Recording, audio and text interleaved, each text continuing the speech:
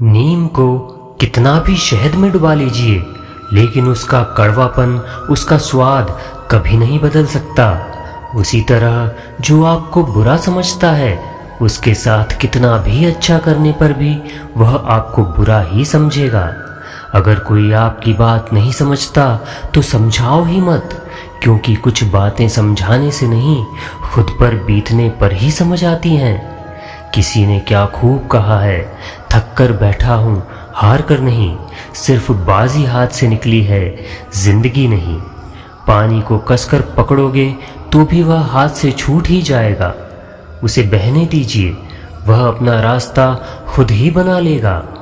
कभी कभी जब परिस्थितियां समझ में ना आए, तो जो कुछ जीवन में घटित हो रहा है उसे शांत भाव और तटस्थ होकर देखते रहिए, और समय आने पर जीवन अपना मार्ग खुद ही बना लेगा। अच्छा आदमी अंत में इसलिए अकेला पड़ जाता है क्योंकि जिंदगी में आने वाला हर इंसान उसका फायदा उठाकर चला जाता है। प्रशंसा चाहे कितनी भी करो, किंतु अपमान बहुत ही सोच समझकर करना चाहिए, क्योंकि अपमान वह ऋण होता है जो हर कोई अवसर मिलने पर ब्याज सहित जरूर चुकाता है। दुख और तकलीफ भगवान की बनाई हुई वह प्रयोगशाला है जहां आपकी काबिलियत और आत्मविश्वास को परखा जाता है। मेहनत करने वाला कभी भूखा नहीं मरता, और बुरी नीयत वालों का कभी पेट नहीं भरता। अपने मन की किताब ऐसे व्यक्ति के पास ही खोलना जो पढ़ने के बाद आपको समझ भी सके। एक बात हमेशा याद रखना, बोले गए शब्द, बीता हुआ कल, टूटा हुआ भरोसा कभी वापस नहीं आता। जीवन में एक साथी इतना अच्छा और सच्चा होना चाहिए कि जब हम गलत हों तब वह हमारी गलती बता सके, और जब हम सही हों तब वह हमारे साथ खड़ा हो सके। ईश्वर को मत बताइए कि कितनी मुश्किल है, बल्कि मुश्किलों को यह बताइए कि ईश्वर है आपके साथ। हर समस्या के 3 समाधान होते हैं: स्वीकार करना, बदल देना या फिर छोड़ देना। कभी कभी ऐसा भी होता है कि सुकून के लिए किसी दवा की नहीं, बस किसी के लफ्ज़ों की ज़रूरत होती है।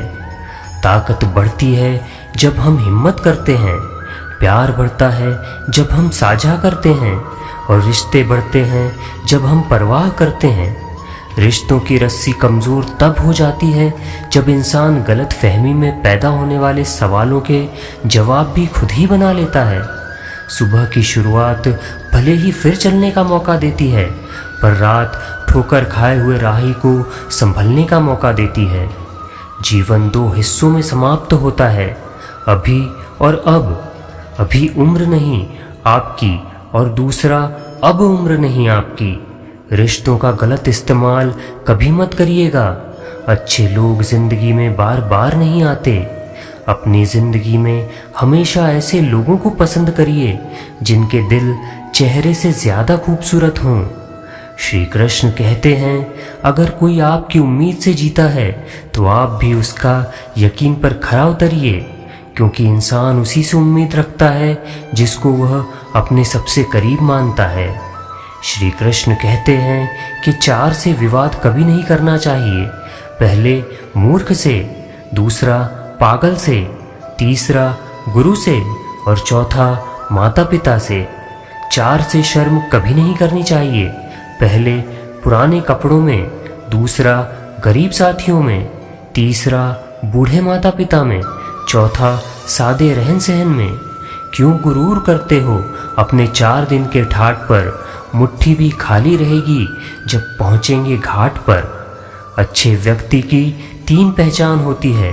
पहले उसमें नम्रता होती है, दूसरा उसकी वाणी में मिठास होती है, तीसरा उसमें आत्मविश्वास होता है। जो अपना ना हुआ उस पर कभी हक ना जताना, और जो समझ ना सके आपको उसको कभी दुख ना बताना। उदय और अस्त दोनों समय सूर्य लाल होता है।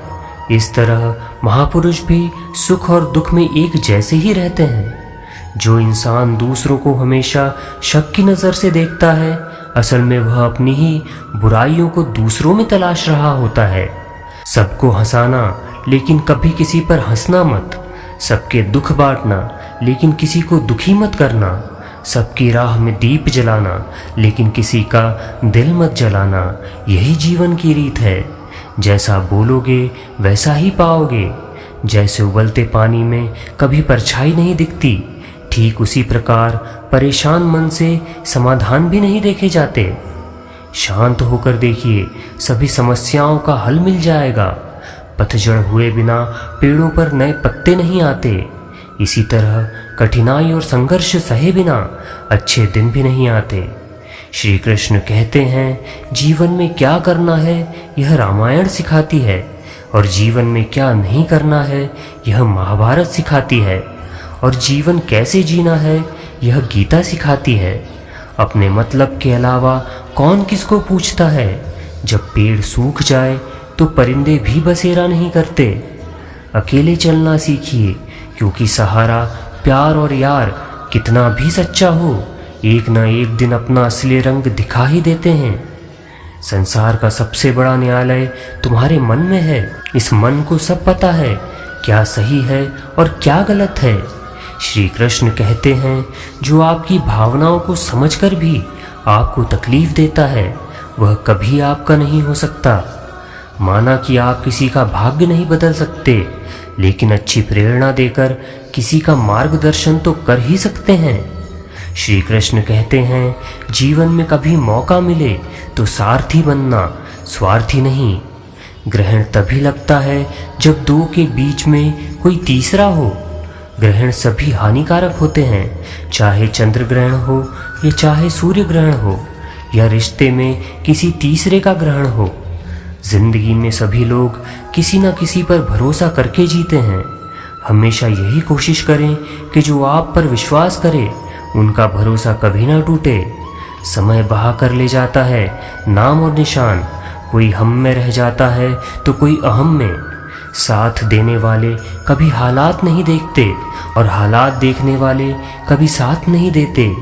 आसान नहीं है उस इंसान को समझना जो जानता सब कुछ है पर बोलता कुछ नहीं। तन के मैल के लिए कई साबुन हैं, मगर मन का मैल धोने के लिए सिर्फ अच्छी सोच की ज़रूरत होती है। रिश्ते तो दुनिया में सब निभाते हैं, बस फ़र्क इतना है कि कोई दिल से निभाता है और कोई दिमाग से। विश्वास ना डगमगाने पर चलो एक ऐसा रिश्ता बनाएं, लाख बंटवारे हो दौलत शोहरत के, दिल का हिस्सा कोई ना बांट पाए। अपने खिलाफ बातें खामोशी से सुन लीजिए, यकीन मानिए वक्त बेहतरीन जवाब देगा।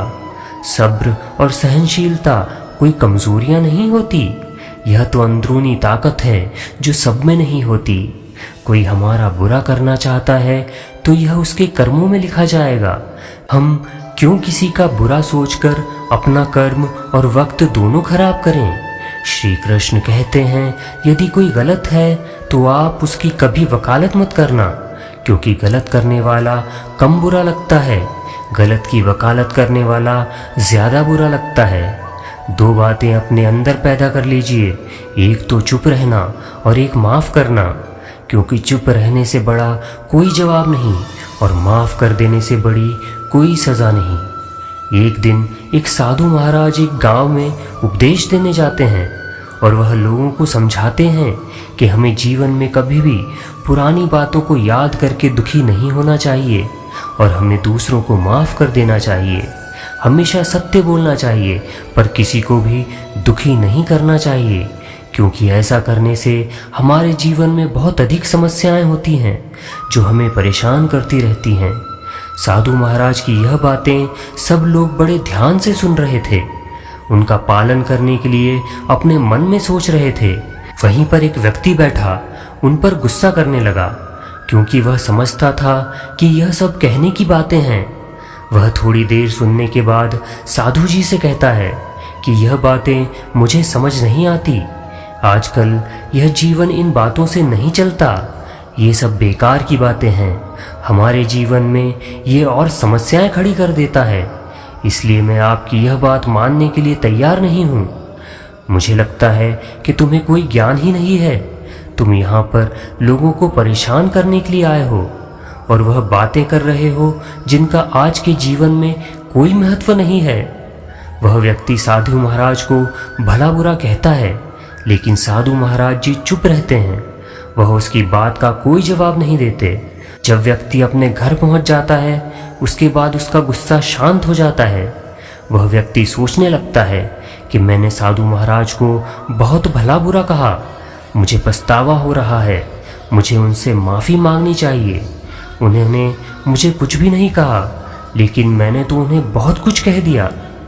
वह साधु महाराज को खोजने के लिए निकल जाता है, लेकिन साधु महाराज गांव में नहीं मिलते, क्योंकि वह अन्य किसी गांव में चले गए होते हैं।